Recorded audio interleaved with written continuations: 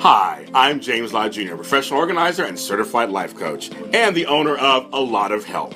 I have a new series podcast called 15 Tips to Self-Care Series 1. It is 15 individual tracks, all short length, that tackle a subject that's very useful in life. Some of them are for business, some are for personal, some are for organizing, and they're all educational. I invite you to go to Spreaker.com/JLJ Media and take a listen. Pick one. You don't have to go in order. You can pick from 15 first and go to 1, or 1 and go to 15. Subjects like procrastination is no joke, what is a life coach, and everything in between. Go to Spreaker.com/JLJ Media and go to 15 Tips to Self-Care Series 1. Also, visit us on the Facebook page, A Lott of Help. Hello and welcome to another edition of A Lott of Help. I am your host, James Lott Jr. I'm a certified life coach and a professional organizer and an author and writer of songs, and I do painting. I'm a gardener. I do all kinds of stuff. But at the core, I'm all about life. I'm all about celebrating life and celebrating the lives of those who are affecting change in the world for themselves and others. We have a guest today who is no exception. She is extraordinary, and she has the distinction of being someone who actually books guests for my show. She brings me people, but her own story is amazing. It's Courtney Blair. She'll be after the break. She's wonderful. We're gonna hear her story. But I want to thank everybody who's come back to the show. We were off for a little while on hiatus, but we're back and better than ever. I have some really good guests lined up and some good shows lined up for the next couple of months. So, of course, you want to follow us on iTunes, iHeart Radio, Spreaker.com, and our Facebook page, A Lott of Help. You can see all different things that are going on and our new episodes. And if you want to check our old episodes, if you're like a new listener, welcome.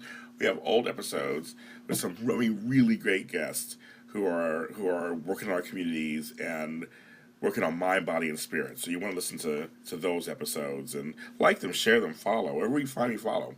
I also have a blog called the superorganizeruniverse.com, and I do some life coaching blogs on there too, but you also may get some great tips on organizing tips that I put on there too you might like. Some health tips on there too, and but it's all about encouragement, and we're all part of the same village. So we're working together, and that's my job, is to help bring the village mentality to this program and to you, and that we all feel the ripple effects.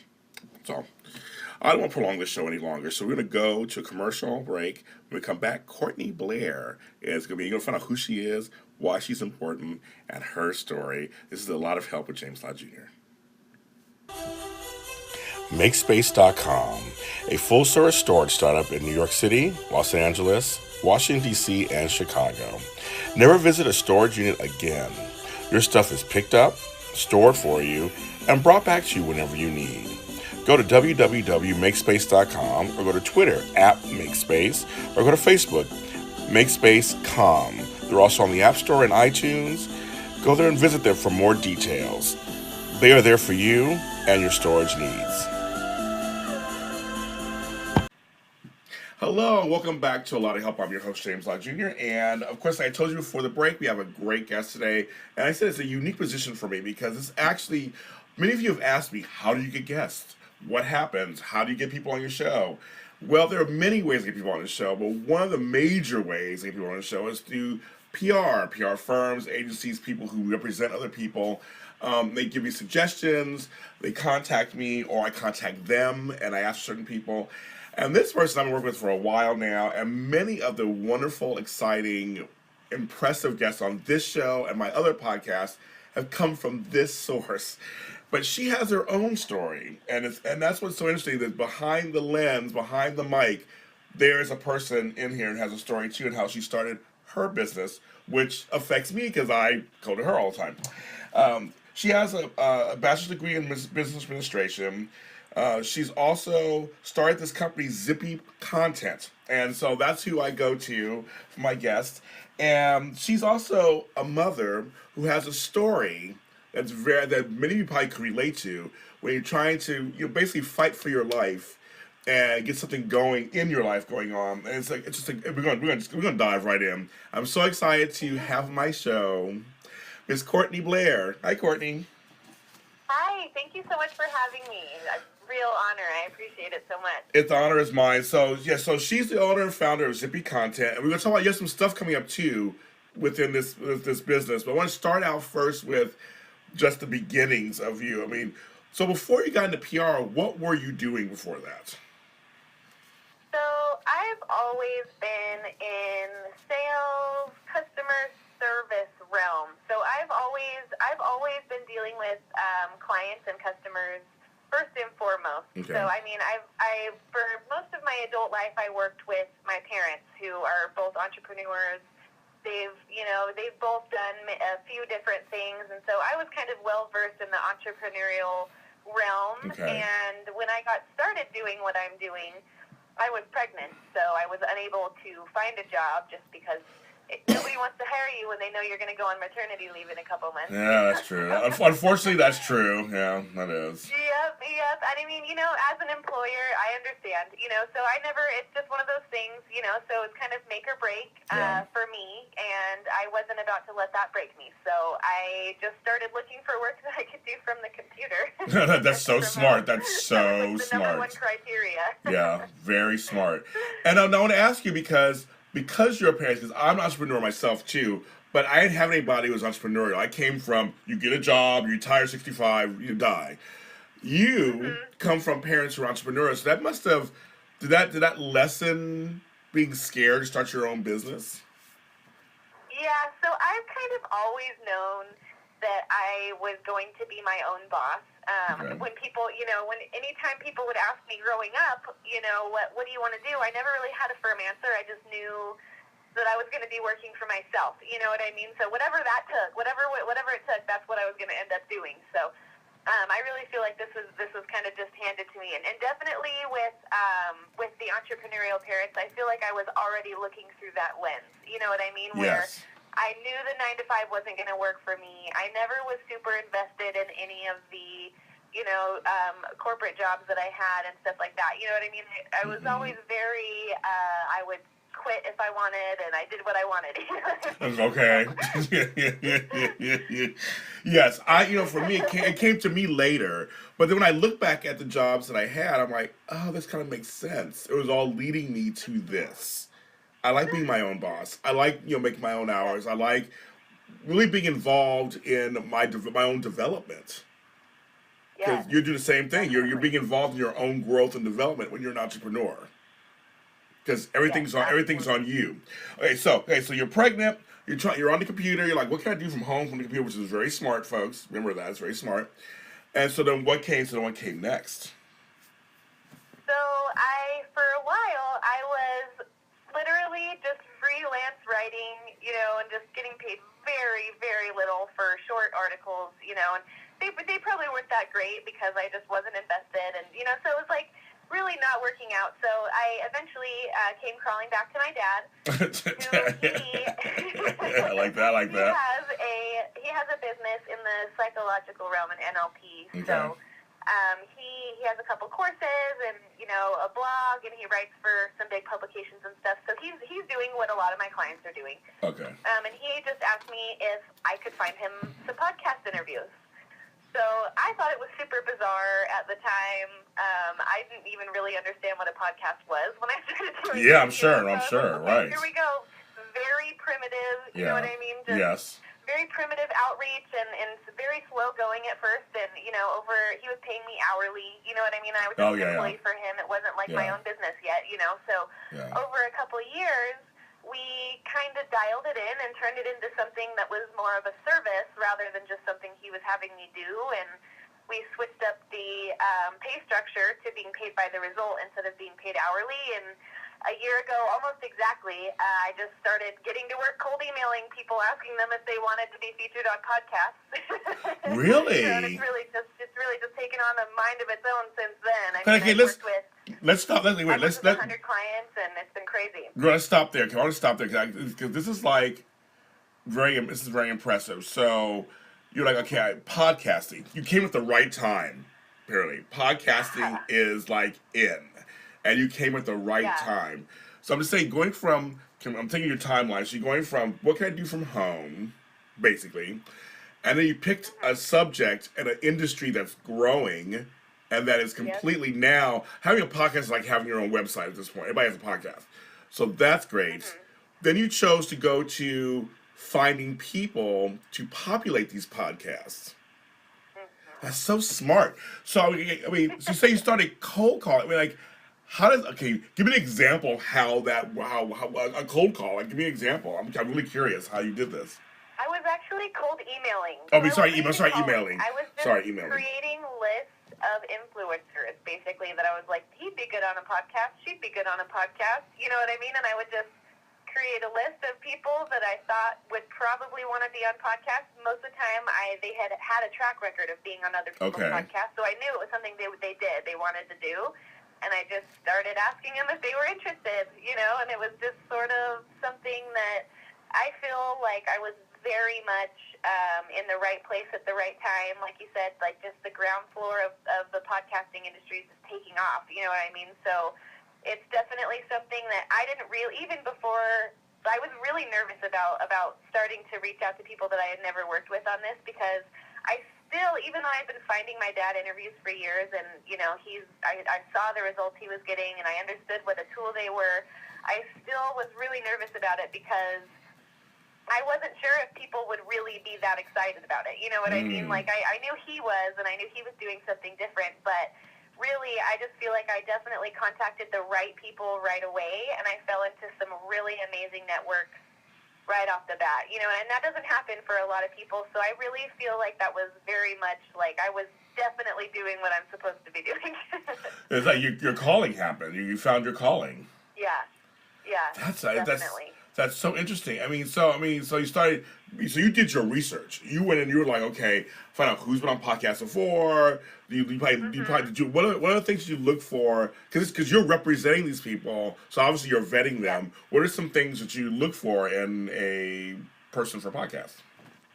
So the biggest thing that I looked for in terms of just targeting clients were authors, actually. So I was just saying, okay, you know, I definitely. And my dad and I we discussed this, and he helped me come up with, you know, exactly who I should be targeting at first. And by targeting authors first, I really hit a huge realm of people, because they're authors, you know, that do everything. You know what I mean? They're authors in real estate, authors in marketing, authors in entrepreneurship. You know what I mean? So yes. Really, just by targeting authors, I found my ideal clients, because A, they can talk about books on podcasts all day long. And B, they can talk about everything else that they're up to. You know what I mean? So it really, really worked out. Well, I was going to do. Again, smart. So people out there know you really went out to find a niche for yourself. Like, you really was like, I'm going to make this, kind of narrow this down to basically authors, but also it's wide and broad enough that it covers so many different areas. It's just so again, I can use the word so smart, but that is.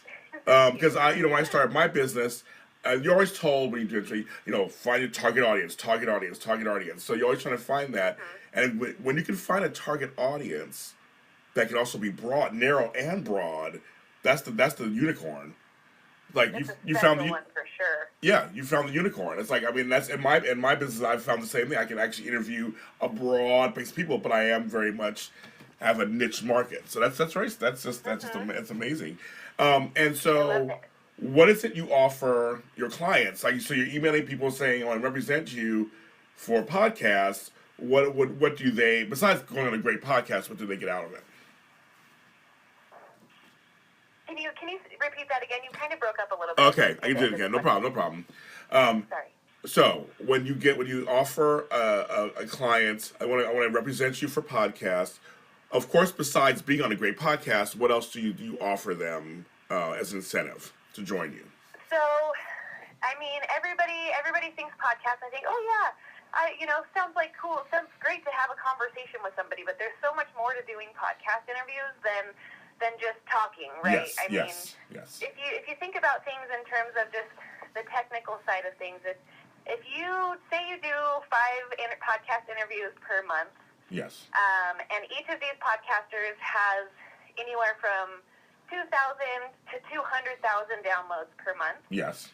And you're having each of these podcasters share your website, share your funnel, if you have a sales funnel, you know what I mean? All this stuff along with the episode, with their email list, with their social media platform audiences, you know what I mean, you're going to have so much exposure and visibility and inherited traffic that you would never see otherwise. And that's like the biggest thing. Like, you're going to get natural SEO that happens because you're having your website shared so many times. You know, you get to establish expertise and rapport with your clients before you ever even talk to them. You know, so they listen to you talk for an hour and they're like, this person's an expert. You don't even have to sell me. You know what I mean? And it turns into, it's a very easy sale for any clients that come in off of the funnels, you know. So it's a beautiful business tool. It really is. And that doesn't even mention the partnerships that come along with meeting people who are like-minded within your niche, like the podcasters that you work with. Like, podcasters aren't just podcasters. Right. You know, like, they're also up to cool things. And so I have clients who are doing webinars with the podcasters that interview them. Yes. You know what I mean? Stuff like that. So really, the connections are pretty valuable. No, I agree with that. Everything you said, I completely agree with. It is one of those things where it can really enhance and heighten your presence out there. And people more and more are going to podcasts because the platforms to listen to podcasts are so vast now too. You could be in your car. I get my fans sing all the time in the car, you know, or they're jogging with the kids, you know, in their earphones or on their phone or their tablet or their eye. It's like I have it on the background. And so podcasting, I mean, it's just. And I was reading, and for folks out there, I was reading. New York City is now the city of where podcasters. That's like a big, huge city now of that. But Los Angeles, Chicago, Dallas. I mean, these places are all starting to really pop up, and it's really happening. And I think. Definitely. And I think that any person who has something to say or something to sell should add being on podcasts as part of their marketing. It should be part of podcasts. I agree. You know, podcasts are definitely replacing most other forms of media. I mean, people were just mindlessly listening to the radio and, you know what I mean? All this stuff, just mindless talk, you know, just mindless media. And podcasts are valuable, and they're just packed with knowledge and expertise, and people are really seeing that. And so to be able to be the person that is like bringing on that value on the podcast is huge for your business, you know. So I agree, it's the future. No, it is. It totally is. Now I want to delve a little deeper into, because you are a mom of a young child, correct? Yes. I always say this. Mothers, women especially, have a natural propensity for multitasking. Women are the salt of the earth. Women are where everything begins. I mean, I bow to women all the time. I'm just like, no, you have this natural ability, but I know it's not easy. So how are you juggling? I mean, I have 2 grown kids now, but I remember it was like just having a kid, all of a sudden, 105 fever over here, or why are you crawling over there? I mean, how do you handle that as you're building a business? You're building a child and you're building a business. How is that? It's challenging. It's definitely challenging, especially coming into, you know, her 3rd year of life. Yes. So things are going to be crazy. You know, but she's grown up seeing me working alongside her, you know, so she's usually very good when I'm on a call. She understands to be quiet. I mean, granted, a lot of the time, I have clients and podcasters who have to be patient with me. Yes, of course, yes. Nothing I can do. Yes, I mean, you know, and that's a great lesson too. She's going to see her mother. What a great role model that she is juggling motherhood and business. That's just what a great thing. I mean, I hope to be able to teach her, you know, this business and to, I mean, everything that comes along with doing this job is so valuable, you know, it just in real life in terms of, you know, networking and helping people and getting to know people, and you know what I mean? Like, there's so much involved with this job just aside from the technical stuff. And so I hope to bring her up as a part of this. You know what I mean? Yeah. People obviously already know who she is just from social media and hearing her screaming at me on calls. You know? So she's an active part of this business already. So I plan on definitely keeping her involved in the know in terms of business. I mean, I think it's really important.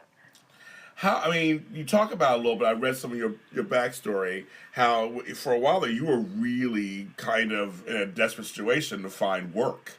I mean, you were pregnant, couldn't get a job. I mean, at those kind of low moments, how did you find the motivation to start a business? Because it's not because normally it's like I gotta try to find a job, but like you're starting a business. Like, what are some components that helped you stay motivated? Besides your dad, and your mom, how did you get the courage to do that? I think what kept me going was just the idea that I can control things I can do it from my house, and I can control my fate, from my computer. Like, that's kind of just that idea alone, and that if I weren't doing that, then nothing would be happening, and I would just be sitting there, so it was just kind of one of those things where I was like, okay, well, I'm just going to do this. Like, I didn't have that moment in the very beginning where I was like, this is what I want to do, and this sounds awesome, Right. like, it took a little while, and it took some bigger wins, booking some big shows, and that's what it took for me to really say, wow, like, this is actually what I want to do. Like, sure, the technical side is whatever. There's a technical side to every job, and Right. it's not always the funnest, but helping people to spread their messages, that is, like, the dharma side of it. You know what I mean? Where it's like, wow, like, that really makes my soul feel good to know that I really helped this person, and that's when it turned into something else. And the motivation just kept coming from there, You are speaking my language. I feel that's how the same thing. Well, we're helping affect change in the world in a way that is very positive and fulfilling, and we're not just I mean, no offense to anybody in industries or anything or what they do, but just that for us, we're doing meaningful work. We're connecting people with other people. We're connecting people with places and things and ideas. We're helping folks, and like with this, we're talking to you. Hopefully, there will be other single mothers or women or people who want to start. Anybody who start just a business hears your story and goes, "I can do it too." Like she did it, I can do it. And it could be anybody. It could be a young person, older person, whoever just listening to this and going, "Well, she had a child and still did it." I mean, like it's just like I mean, I can do it too, and we'll have the courage to start whatever path, whatever it is they want to start. Definitely. I mean, if that's the only thing that comes from this is that other people have a little bit of inspiration, I'll be happy. No, same. No, I'll same be happy here. with that. Same here. I just think it's just amazing because we people a lot of times there are a lot of people who get really desperate, and we know it's hard times sometimes for people, and money is very important, and you gotta get the money. But sometimes it's better to try to work really hard to do what you love, and like you said, something that's kind of feeds you spiritually, because in the long run you'll be better off. Yeah, absolutely. I mean, if you're just going through your career and your job and you're just doing it for the money, you're not going to have a very happy life. You're really not. I agree. There's got to be some feel-good aspect to it. I agree. Now, PR and dealing with podcast stuff.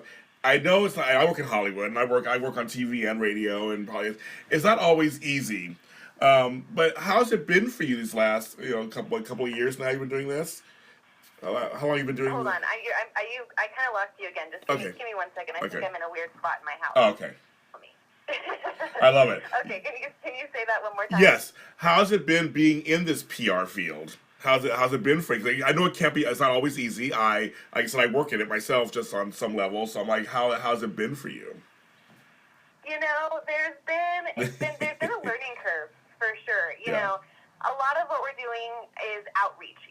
So it's just complex outreach, and so that's really where we had to learn the ropes. You know what I mean? And we had to learn, the most acceptable ways to reach out to people and the best, most effective ways to reach out to people. And so on that side of things, in the beginning especially, it was kind of bumpy. But I feel like now we have it so dialed in. It's just it's a revolving machine that just kind of self-sustaining. Our network, the way that we do things in terms of just actually finding the interviews. Yeah. Is we have our network that we regularly work with that you're obviously a part of. Yes. That accept our guest suggestions regularly, review them, and accept them if they're a fit. And then we also have a team of outreach girls who are sending cold pitches to podcasters that we've never worked with before every day for every client. Oh, so the network is always growing, and so really, like, that's where we had to dial it in and, like, really become experts at what we do, because I mean, there are a lot of, spam laws and, you know what I mean, all this stuff. Like, you have to really make sure that you're minding your P's and Q's, and you're not pissing people off, ultimately. Right, no, right, you exactly. Make these connections and for them to stay, Yes. It's really been, but it's been great, it's been great. And it's the best feeling in the world when you make a connection with somebody who's really popular and you book a show with them, It's just it's a huge rush. No, I'm sure. Okay, so you have some things, because also they're on Facebook. Zippy Content is on Facebook. You can follow them if you're on Facebook, and I'll post the links on our page so we can go there. We have some stuff coming. Don't you have your own podcast or something? There's something that's going on in your business right now, isn't there? So I don't have my own podcast yet. Okay. I plan to. It's going to be happening this year. So yay. Everyone, keep your eyes and ears peeled. Okay, yeah. Sorry. There's baby. I hear. That's I love it. Yeah, she's starting to get a little antsy. Okay, I'll turn it on.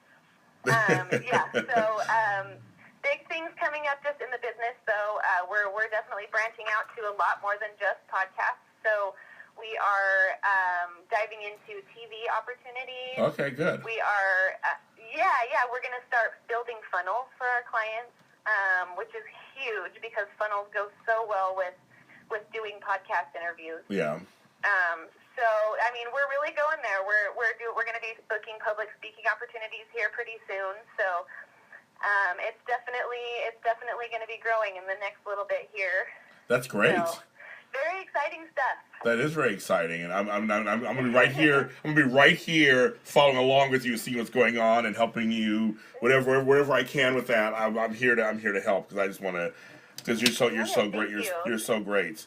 But I just want again. I mean, just thank you so much for all the guests you continue to give me on these shows, all the hard work that you do, and now I got a little insight to your background. I'm very impressed, and just an honor to have you in my circle, in my sphere of reference. Thanks for all the hard work that you do. Thank you so much. Thank you. We couldn't do it without you. So this whole thing is it's like I mentioned before, a wonderful partnership. I am so grateful for you and for accepting so many of our guests, and I look forward to working with you for a long time. Same here. Now, tell folks out there where they can find you, or any other speakers, where they can find you. They want representation. You can find me at zippycontent.com. Perfect. And like I said, there's a Facebook page, which is Zippy Content, of course, and I will post it on our page. So you can, if you guys want to go there, take a look around, because there's some stuff on there she has on there. Some of her guests, some of her clients are on that page. Yeah, I know you have some of their podcast appearances on there, so people can go there. And on our Facebook, we're always sharing we're always sharing podcasts that we book, so you can kind of get an idea of who we're working with from our Facebook page, and you can also book a time with me on the website and on the Facebook page. So there's a link to my calendar. If you would like to book a consultation, you're more than welcome to pop in. Let me know that you heard me on the show, and we will get a consultation going, and I'll talk to you about how we can work together. Well, that's great to know. That's good to know, you guys. That's very good to know. So yeah, do that and book a consultation with her. She's good. She'll represent you well. She'll take care of you. So, but thank you, Miss Courtney. So much. Are you a producer looking for a host for a new project? Or are you interested in a career in hosting and don't know how to begin? Or are you a host looking for a community? Well, welcome to Meet the Host, the place where hosts meet. Go to youtube.com, Meet the Host, for the show, which airs every Monday. It features hosts from all genres talking about their world of hosting. Then continue the conversation and go to Meet the Host on Facebook, Instagram, and Twitter, where we post news, entertainment, tips, and more, all geared to hosting.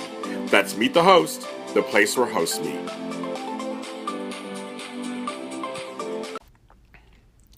This is a Lott of Help podcast. I'm James Lott Jr. We're back. Literally, I want to thank Courtney Blair for coming on the show and for bringing me people for this show. As I said, it's the first. I get to cover a dual thing. She brings me great guests, and I just appreciate all of them. They've all been amazing and phenomenal. And so I want to thank her for that and her telling her story. I want to thank everyone out there listening to this podcast. Please like, subscribe, follow, wherever you find this. Please leave your mark and let me know that I hear you, that you hear me, I see you. I see the numbers and things, so people are listening. But I'd love to hear from you. If you have a topic I should talk about, let me know. If you're somebody who wants to be on my podcast, I do take people who are not famous or whatever. That to me, that means something. If you have a good story or something you want to talk about, let me know, and maybe you can book you on the show. So just please let me know. You can follow me at James Lott Jr., and that makes it easier for you. But on the Lott of Help Facebook page, you can go there and let me know also. You can private message me or leave me a message on the page. Let me know what you think. Or if there's anybody you think I should talk to, let me know that also. Put me in contact. Give me some names. I don't know everybody, so I'm trying to get out there and talk to as many people as possible, because this podcast is for you. It's for me. It's for us. Mental health is important. Self-care is very important. And that's all I strive for when it comes into my life and to this podcast. So any person or anybody who can help me get more of that on the show, I'm in.